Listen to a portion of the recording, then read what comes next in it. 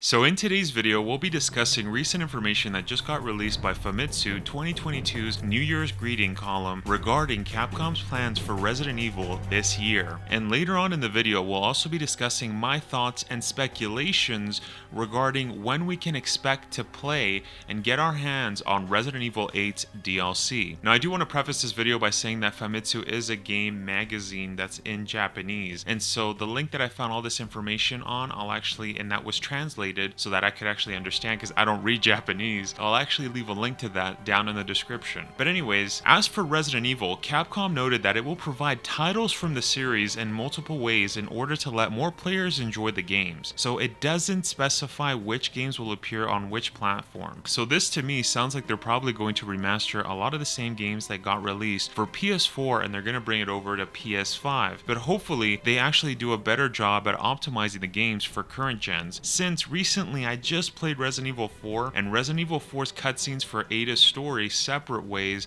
was not optimized at all. So I was actually super surprised about this, since it's been a long time since I've played separate ways. But yeah, when I played it, it looked awful. Like it was literally it was outputting at 1080, but in reality it looked like a 480 or 240p cutscene that was just stretched. So hopefully they fix those types of concerns, as well as I've also been playing recently Resident Evil Revelations, and I did notice that there was some areas where the pixels, they look kind of stretched and all blurry, and so the port from the 3DS to the PS3 and the PS3 to PS4, it wasn't optimized correctly. But it would actually be really cool if Capcom, when they bring over all of those games to the PS5, that they actually optimize it in a much better way, because if we're going to pay money for these games again, hopefully we don't just get the same copy and paste kind of thing. Now of course we do know that since it was announced last year that Resident Evil Village will also be getting a DLC in 2022, though Capcom hasn't provided any new details regarding this. Now my theory is, I do want to state this again, that theory is the key word here. This is not known information, but this is my guess as to what's happening,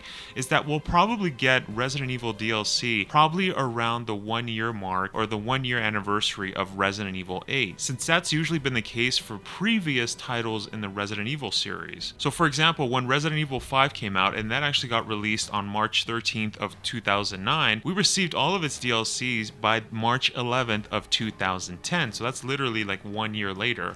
In Resident Evil's case though, it actually released on October 2nd of 2012, and we received all of its DLCs by March 19th of 2013. So in this case, Resident Evil 6 actually was the quickest release of all of its DLCs. It only took them just a couple of months. Now Resident Evil 7, on the other hand, it actually released on the 24th of January of 2017, and all of its DLCs got released by December 14th, 2017. So roughly around 1 year. So my guess is that Resident Evil Village DLC will probably release in either April, May, or June of this year, though as mentioned before, there's been no official word by Capcom as of yet. That's just my educated guess, but then again, due to the world's recent events, it might have gotten delayed, like what occurred with Resident Evil Reverse, which we're actually supposed to be getting information on in early 2022. But like I said, there's been no official word on that. Now hopefully it's not delayed, but like I said, with the world's recent events, it could be. It's understandable, but hopefully that's not the case. But let me know your thoughts down below,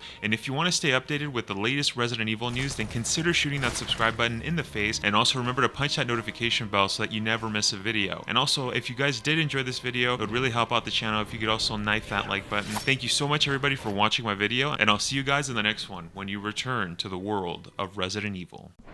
The right to be a god. That right is now mine.